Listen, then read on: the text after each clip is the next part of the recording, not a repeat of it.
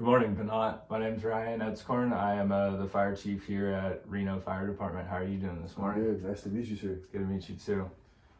So this will be your standard interview for Reno Fire Department. Just getting to know you a little bit better and get some information on you. So are you ready to answer these questions? Yes, sir. All right.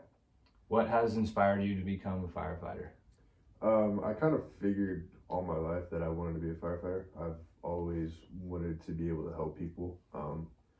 My dad and my grandfather were in the military, and usually it's a right or the lane that the firstborn son of the family has to go in the military. But fortunately enough, I was able to go play sports in college, and my dad told me to go pursue that. And I've always had this kind of guilt in my mind that I still want to be able to help people and make a difference in this world. So I figured firefighting was, the best route for that option. Okay, good. I like that. What have you done to prepare for your career in firefighting? So all 4 years of college, I was able to go and do an FSA program. And luckily enough, it was one of the better programs in the country that I was able to do that through. I was able to get into communication with quite a few fire chiefs around Nevada, have them sit me down and talk about what process I need to go through and what I need to do. Also, I've gotten my EMT and I've done all my medical or background checks and all that stuff. So I figure now I'm pretty much right where I need to be to get this job. Yeah. Where did you say that you went to school at? I went to Eastern Oregon College. Okay. How'd you like that? I loved it. It's one of the most pretty places I've ever been to. I met a lot of good people there. It was just a lot of fun for me, a good experience. Yeah, that's good. Typically in our department, we work 2 days on, 3 days off. How do you think you and your family will respond to this more non-traditional schedule? I think it would take some time to get used to. Obviously, since I'll be a new guy, obviously I'm going to get some worse hours, worse days, but I mean, that's the expected. I don't have a family yet, so that's the good part. So the first couple of years, if I can get through it and, just work the days that nobody else wants to work, that'd be even better. And then once I do have a family, hopefully I'll get the days off that I need to get off, or I'll get the holidays off that I want to get off. But if not, that's just how the job goes. Yeah. It is what it is. For sure. It's kind of just the way the cookie crumbles. Yes, sir. What changes do you expect to see in your role as a firefighter over the next 5 years? I don't really think that there will be many changes, to be honest. I think the field is already pretty advanced in all the new technology that is there. Obviously, there is always room for improvement for the new technology, the new protective equipment. And I think there's always room for new strategies to be put in place. So obviously I'm going to have to learn all the time. It's never going to be, I'm going to know everything from the start. I'm going to be learning constantly. It's just like how I played college and baseball in college. You're just constantly learning new things. You're never going to know everything about the game. So I figure once I get into this job, I'm going to be learning something new every day. And I hope that happens actually. Yeah. What do you think the hardest part of the job will be for you? Definitely managing the stress. Managing the stress and the things that I will see throughout the job.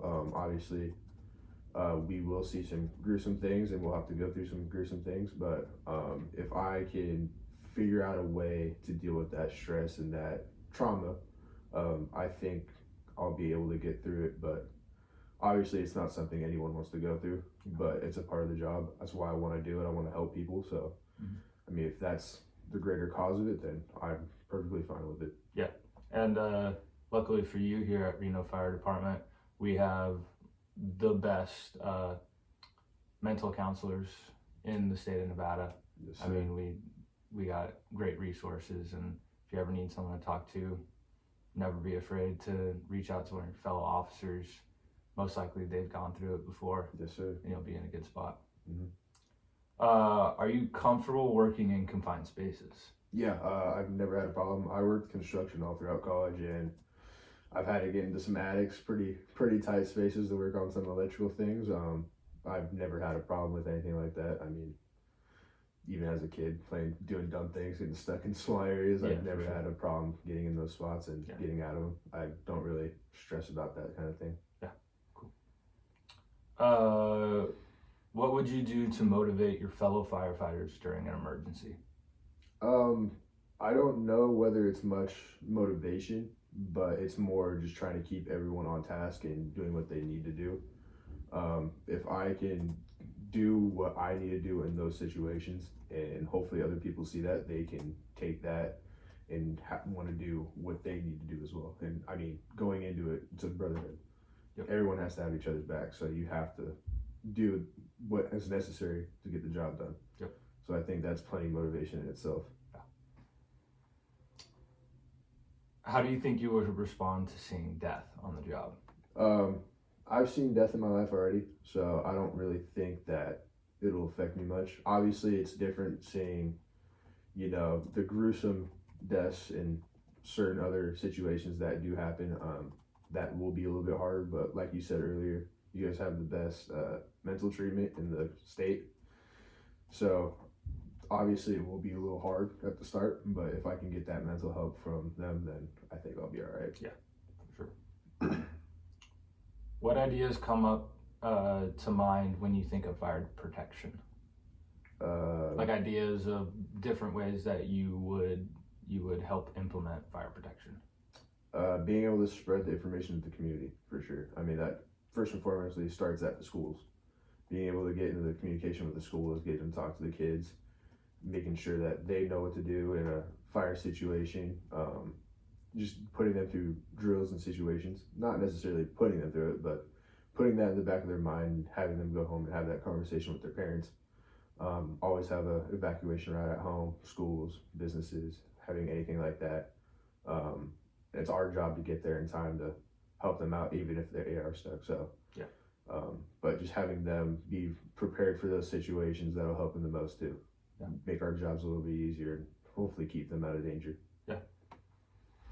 And then, are you comfortable with community outreach and educating strangers about fire safety? Yeah, like I just said, I'll build off of that a little bit.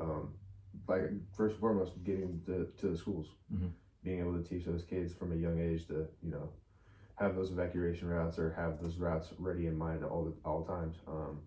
And then I think another one would be just being able to go around to your community, maybe not door to door, but having little, not fundraisers, but having little rallies that bring the community together and, just make them aware of what's going on and have them have that evacuation route always in mind. I think that'll benefit everyone greatly. And then keeping everyone aware of what the age of their community is, how all the infrastructures are. Reno has a lot of old infrastructure in the area. A lot of buildings are old, so there's not a lot of fire protection or fire-proof building materials in those buildings. Obviously, we have the fire sprinklers in all of these buildings, but that's not going to be enough with how old these buildings are. Once they catch fire, it spreads pretty quickly in them. So yeah, I think just being able to let the community aware of that, I think that'll be great. Yeah, perfect. Well, that's all I got for you. Thank you so much. Thank you, sir.